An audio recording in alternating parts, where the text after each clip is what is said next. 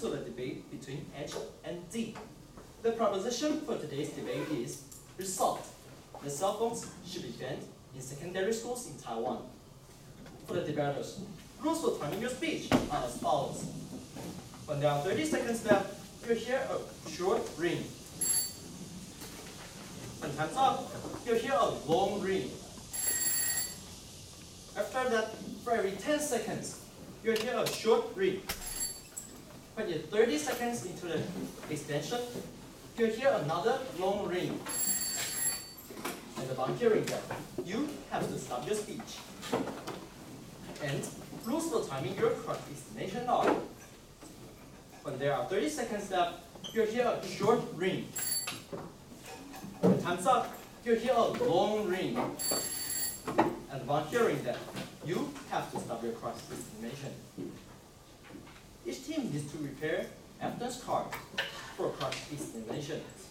Any evidence cited during the debate should have a corresponding evidence card, which may be reviewed upon request by cross-examiner and their teammates. The cards need to be returned at the end of constructive speech following the cross-examination. For the audience, please turn off your cell phone or turn it to the vibrate mode. When the debate is still in progress, please do not chat or using flash when taking pictures. Thank you.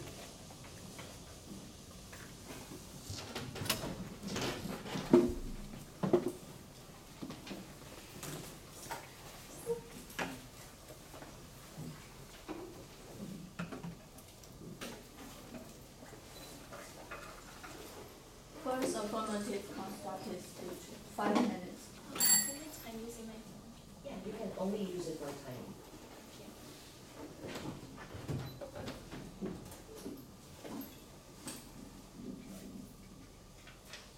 Honorable judges and fellow debaters, in 2011, the Ministry of Education attempted to implement a regulation on cell phones in school.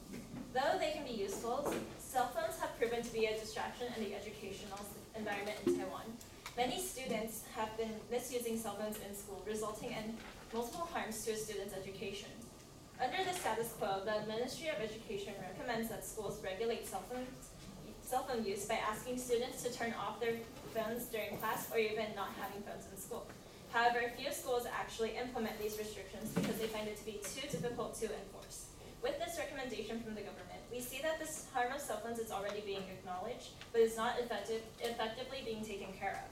Additionally, according to a survey conducted by Parenting.com in Taiwan, 71% of parents agree that schools should take away students' phones during school hours.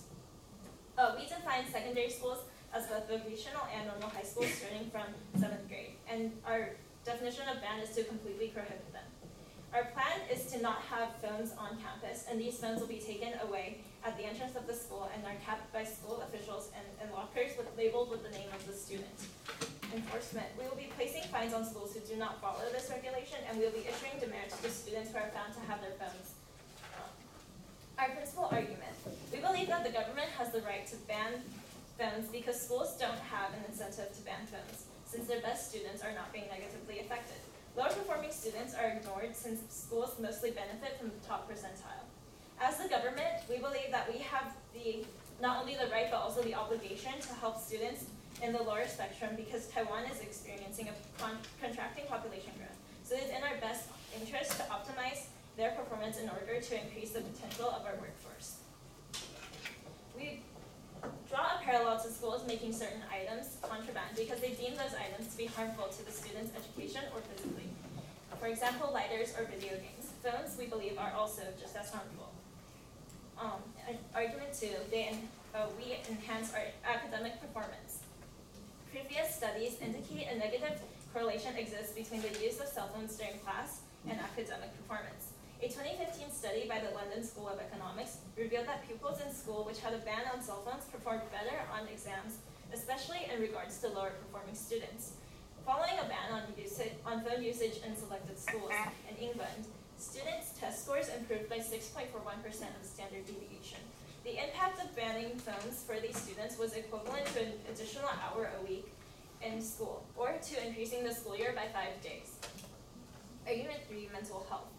According to a report presented at the annual meeting at the Radiological Society of North America in 2017, Professor Hyung Suk-seo mentioned that long-time cellular phone use can cause problems in daily routines, social life, productivity, sleeping patterns, and feelings. Addicted teenagers are more prone to depression, anxiety, insomnia, and impulsivity. If banning cell phones can cure their sickness, then it should be a primary action for a remedy. Argument 4, reduced and limited social communication skills of students. The purpose of school, we believe, is to not only educate students and to prepare them for future careers, but to also build their character. Since the amount of time spent at school is so significant that the habits that students have in school will inevitably spread into their everyday lives, even after graduation. In a time where technology can outperform humans on memory retention and information retrieval, it is becoming increasingly important not to overlook the significance of face-to-face communication. This phenomenon is especially crucial in regards to secondary school students. In an official study on cell phone addictions released by the National Development Council of Taiwan in September 2018, teenage cellular phone addiction showed a decline in face-to-face communication with their friends and family. If one of the main purposes of school is to help prepare students for their future careers, it is important that skills such as face-to-face interaction is taught. We believe that with cell phones,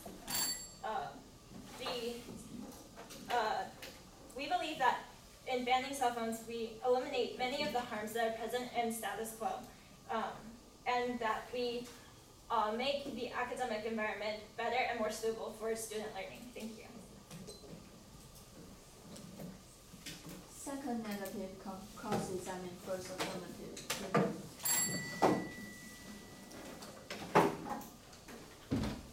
Good morning. Did you mention that cell phone has a negative relation with academic performance? Yes. Can we have your evidence card for that? Yeah. Okay. I'd like to ask a question about your plan. So will your ban also include tablets? No, we are only banning smartphones and cell phones. Okay. Did you also mention that you will have lockers to keep the cell phones inside? Yes. So what do you have the budget for the lockers? We believe that the budget will be coming from the government. Where is it from the government? Which The educational sector.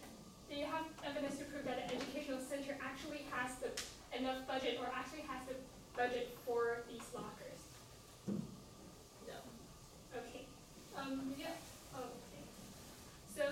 So will the lockers, is the position of keys only given to the homeroom teacher?